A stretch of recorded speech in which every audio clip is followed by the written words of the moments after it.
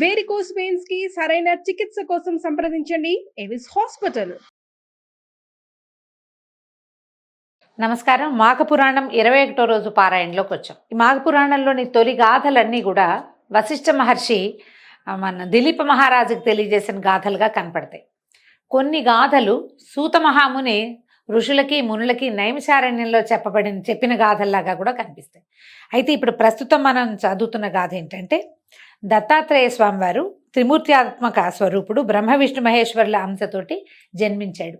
అనసూయాదేవి యొక్క పాతివ్రత్యాన్ని, ఆమె యొక్క భక్తిని పరీక్షించడానికి త్రిమూర్తులు ముగ్గురు ఆమె దగ్గరికి భోజనానికి వచ్చి వివస్త్రగా మాకు వడ్డించమంటే ఆ ముగ్గురిని పసిబా బిడ్డల్ని చేసి వివస్త్రగా పిల్లలకి పాలిచ్చి పడుకోబెట్టిందట ఆవిడ. అయితే మళ్ళీ తర్వాత బ్రహ్మ విష్ణు మహేశ్వరులకి పూర్వరూపాలు వచ్చినప్పుడు వారిని కోరుకుంది, మీ ముగ్గురు కలిసి నాకు సంతానంగా జన్మించండి అని. ఆ ముగ్గురు సంతానంగా జన్మించిన వాళ్ళే చంద్రుడు, దూర్వాస మహాముని, తర్వాత దత్తాత్రేయుడు.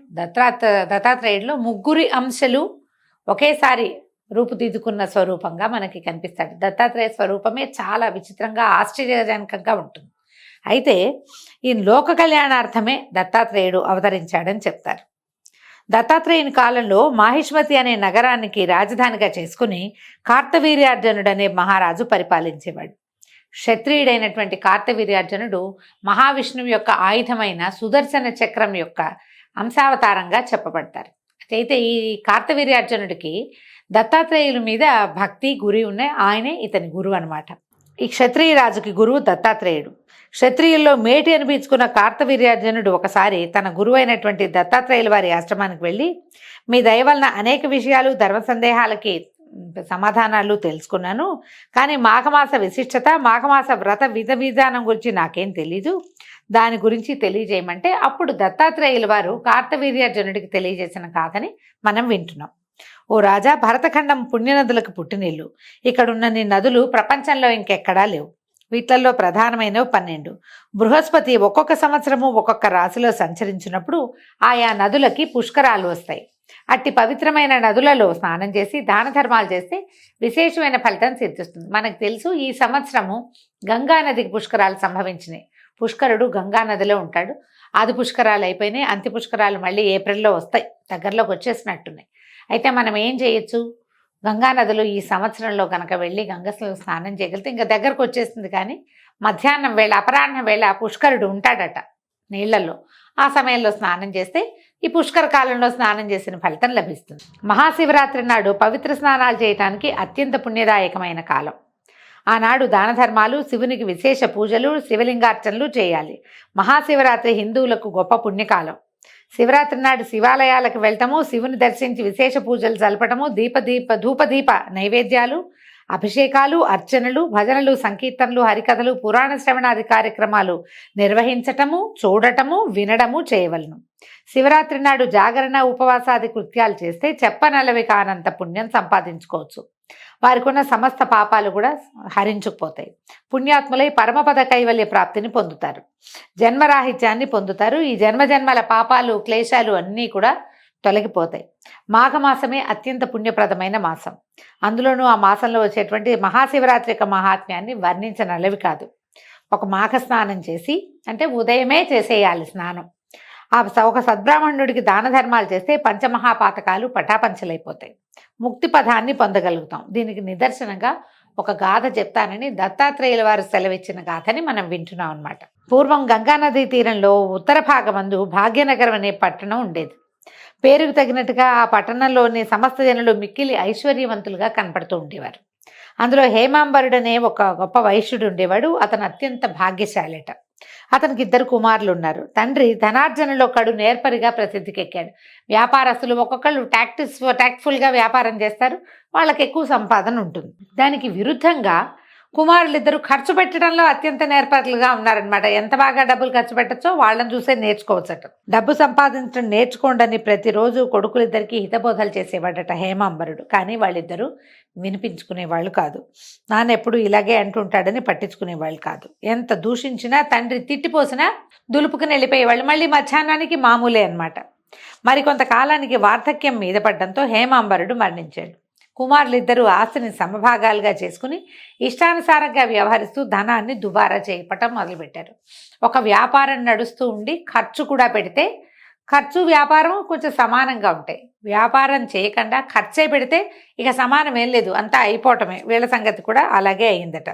దుష్ట సావాసాలతోటి చెడిపోయారు. ఇద్దరు చెరొక వంపుడు గత్తెను ఉంచుకుని నిత్యము సరస్సల్లాపాలతోటి మునిగి తేలుతూ ఉండేవాళ్ళు. వ్యభిచారులే కులభ్రష్టులైపోయారు. చిన్న కుమారుడి తాలూకు స్నేహితురాలు పక్క గ్రామంలో ఉండటంతో అతను ఏం చేసేవాడు, నిత్యము గంగా నదిని దాటి వెళ్ళేవాడట. వస్తూ పోతూ ఉండేవాడు. కొంతకాలానికి ఏదో పని మీద అడవికి పోయినటువంటి పెద్ద కుమారుడు పులివాత పడి మరణించాడట. చిన్న కుమారుడు కూడా యాదృచ్ఛికంగా తన స్నేహితురాలతోటి విహారానికి వెళ్ళి పాము కాటు వల్ల చనిపోయాడు. అయితే ఏమైంది, ఇద్దరు ఒకేసారి మరణించారు. ఇంచుమించుగా ఒక రోజులోనే అయ్యిందనమాట. ఇద్దరు ఒకేసారి మరణించడంతో ఈ మన యమదూతలు వచ్చి వీళ్ళిద్దరిని తీసుకుపోయారు. తీసుకుని చిత్రగుప్తుడి ముందు నుంచోబెట్టాడు. చిత్రగుప్తుడు వాళ్ళిద్దరి పాపాలని చిట్టాలు తీశారు, పరిశీలించారు. పెద్ద కుమారుని వాడు చేసిన పాపాలకి నరకంలో వేసి శిక్షించండి అని ఆజ్ఞాపించాడు. చిన్న కుమారుని మాత్రం వీడిని స్వర్గాన్ని పంపించండి అన్నాడు. అనేసరికల్లా పెద్ద కుమారుడు అడిగాడు, అయ్యా మేమిద్దరం అన్నదమ్ములం, ఒకే తండ్రి పిల్లలం, ఇద్దరం ఒకే తరహాలో పాపాలు చేసాం. మేమిద్దరం మా నాన్న మాట ఏనాడు వినలేదు. మాకు పూజ భక్తి ఏమీ లేవు. మేము ఏనాడు ఉపవాసాలు తీర్థాటనలు ఏమీ చేయలేదు. నేను ఎలాంటి వాడినో వీడు కూడా అలాంటి వాడే. వాడిది దుర్మరణమే, నాది దుర్మరణమే. నాకు కూడా అన్ని రకాల దుర్వ్యసనాలు ఉన్నాయి. నాతో పాటు మా తమ్ముడు ఎక్కడా తక్కువ తినలేదండి, వాడికి సమస్తము ఉన్నాయి. ఒకే తరహా పాపాలు చేసిన మా ఇద్దరికి నాకేమో నరక ప్రాప్తి, వాడికేమో స్వర్గప్రాప్తి ఎట్టా కలిగింది? ఇదే న్యాయం? చేసిన ఒకే పాపానికి ఇంత వివక్ష తగున? నేను పెద్దవాడిని అవడం వల్ల నాకు బుద్ధి లేదని నన్ను అక్కడ పంపించి చిన్నపిల్లాడు వాడికి ఏం తెలియదని వాడిని స్వర్గాన్ని పంపుతారా అని అడిగాడు. అడిగితే చిత్రగుప్తుడు అన్నాడు, పోయి తెలుసుకోనైనా పాపపుణ్యాలు నిర్ధారించడంలో ఇక్కడ ఏ విధమైన వివక్షత లేదు, నరకంలో వివక్ష లేదు. ఇంకా మనకి ఇక్కడ భూలోకంలో అయితే రాజులకి ఎవరు లేరు కదండి మనకి. ఇక్కడ మన సంగతులు తెలియజేసేవాళ్ళు మన అమ్మా నాన్నలు కూడా పెద్దవాళ్ళని చిన్నవాళ్ళని కొంచెం ఈ పాప పుణ్యాలు అప్పుడు పోన్లే వాడికి తెలీదు, పోన్లే తెలిసి తెలియచేశాడు అని వివక్ష చూపిస్తారు, పిల్లల్ని క్షమించేస్తారు. కానీ యమధర్మరాజు క్షమించడండి. అమ్మైనా నాన్నైనా కొడుకైనా పెద్దాడు చిన్నాడు తేడా లేదు. ఎవరినైనా సరే ఒకటే రకంగా చీల్చి చెండాడి వీడు చేసింది ఇది మంచి ఇది చెడు, ఇందులో ఒక్క ఆవగించంత మంచి చేశాడు కాబట్టి కొద్ది రోజులు స్వర్గం వాసన చూపించి తీసుకురండి అని తీసుకొస్తారు. అక్కడ ఏ తేడాలు ఉండవు. నువ్వేం చెప్తున్నాడు, ఇక్కడ అన్యాయం జరగటం అంటూ ఏముండదు. నువ్వు చేసిన పాపాలకి నరకమే ప్రాప్తిస్తుంది. కానీ నీ తమ్ముడు ఏం చేసేవాడు, నిత్యము తన స్నేహితురాల్ని కలుసుకోవడం కోసం పడవ మీద గంగా నదిని దాటేవాడు. గంగా నది అంటే పెద్ద నదిగా ఏముండదండి, అటువైపు పరివాహ ప్రాంతానికి అవతల వైపు ఉంటే మధ్య మధ్యలో చిన్న చిన్న లంకలు గ్రామాలు ఉంటాయి. పడవ వేసుకుని వెళ్ళేవాడు. ఈ పడవలో వెళ్ళేటప్పుడు నదిని దాటేటప్పుడు గంగానదీ కెరటాల తాకిడికి చిందిన నీటి బిందువులు అతని నెత్తి మీద పడేవి. ఈ నదిని దాటడం వల్ల నెత్తి మీద గంగాజలం పడుతూ ఉండేది. దానివల్ల పాపాలన్నీ ప్రక్షాళన అయిపోతూ ఉండేవి. ఇతను పైగా ఏం చేశాడు, శివరాత్రి నాడు కూడా గంగను దాటాడు. శివరాత్రి నాడు వీడు చూడండి ఒక దుష్కార్యం చేయడానికి స్నేహితురాలను కలగడానికి. మామూలుగా శివరాత్రి అంటే ఉపవాసాల రోజు కాదండి, ఉపవాసము బ్రహ్మచర్యము నియమబద్ధంగా చేయాలి. ఇలాగా ధర్మ ప్రకారంగా చేసుకున్న భార్య కాకుండా ఎవరో స్త్రీని కలవడానికి నిర్లజ్జగా బయలుదేరాడు వాడు. అయినా సరే ఆ గంగానది దాటేటప్పుడు ఏమైందట, కొన్ని నీటి బిందువులు చింది వీడి నెత్తి మీద పడ్డాయి. పైగా అది మాఘమాసం, దాంతో వీడు చేసిన పుణ్యాలన్నీ పటాపంచలైపోయి వీడు పుణ్యాత్ముడైపోయాడు. అందుకని ఇతనికి స్వర్గప్రాప్తి లభించింది. అది కాకుండా ఇతనికి ఆప్తమిత్రుడు ఒక బ్రాహ్మణుడు. ఈ చిన్నవాడికట ఒక చాలా ఇష్టమైన స్నేహితుడు ఉన్నాడు. ఆయన ఒక బ్రాహ్మణుడు, ప్రతిరోజు అతన్ని చూసేవాడట. నిత్యము బ్రాహ్మణ దర్శనం చేస్తే గనక గోహత్యాది మహాపాపాలు కూడా నశిస్తాయి. పైగా ఏం చేసేవాళ్ళు, వాళ్ళిద్దరూ కలిసి స్నానానికి వచ్చేవాళ్ళట. అతనితో కలిసి కాలకృత్యాలు తీర్చుకోవడానికి వస్తే ఈయన కాలకృత్యాలు తీసుకుని గట్టు మీద కూర్చుంటే ఆ బ్రాహ్మణ ఆయన నదిలో స్నానం చేసి గాయత్రి సంధ్యావందనం చేసుకుంటూ ఉండేవాడు. ఆయన గాయత్రి పైకి ఉచ్చరించుకుంటూ ఉండేవాడు. ఆ ఉచ్చారణంతా ఈ మన చిన్నవాడు వినేవాడట. అందుకని అతనికి స్వర్గలోక ప్రాప్తి సిద్ధించిందని చెప్పారు. మాఘమాసంలో నదీ స్నానానికి ఎంత నది నీళ్లు పడినా ఎంత పుణ్యం లభిస్తుంది, నెత్తి మీద పడాలి, అది ఇంపార్టెంట్. అందుకే మనం చెప్పుకుంటాం కటిస్థానము కంఠస్థానము పనికిరాదు, నదిలో మునగాలి అని. లేదా మొన్న ఎవరో ఒకరు చెప్పారండి, ఒక మగ్గు పట్టుకెళ్తాం మేము, మునగటానికి భయము, అందుకని 2 మగ్గులు నీళ్ళు తీసి నెత్తి మీద పోసుకుంటాం. ఇది కూడా బాగానే ఉందండి, మంచి ఆలోచనే. తల తడవాలి నదిలే, నది నీళ్ళల్లో అన్నమాట. సరే, చిన్నవాడు చిత్రగుప్తుడికి నమస్కరించి అతని దగ్గర నుంచి సెలవు తీసుకుని స్వర్గానికి వెళ్ళిపోయాడు. ఇది మాఘమాసంలోని నదీ స్నాన మహిమ అని చెప్తున్నారు. ఇందులో ఆయన ఎవరో గాయత్రి చేసుకుంటుంటే విన్నవాడికి కూడా ఫలితం లభిస్తుందంటే నామపారాయణ గురించి చెప్పుకుంటా ఉండి మనం ఎవరైనా భజన చేస్తున్నారు, నువ్వు భజన చెయ్యవు నోటితోటి, కానీ వాళ్ళని ఏమీ అనకుండా, ఏమిటి దిక్మాల భజనలు, ఈ గోల ఏమిటి, ఈ మైక్ ఏమిటి అని అనకుండా ప్రశాంతంగా విను, నీకు పుణ్యం లభిస్తుంది.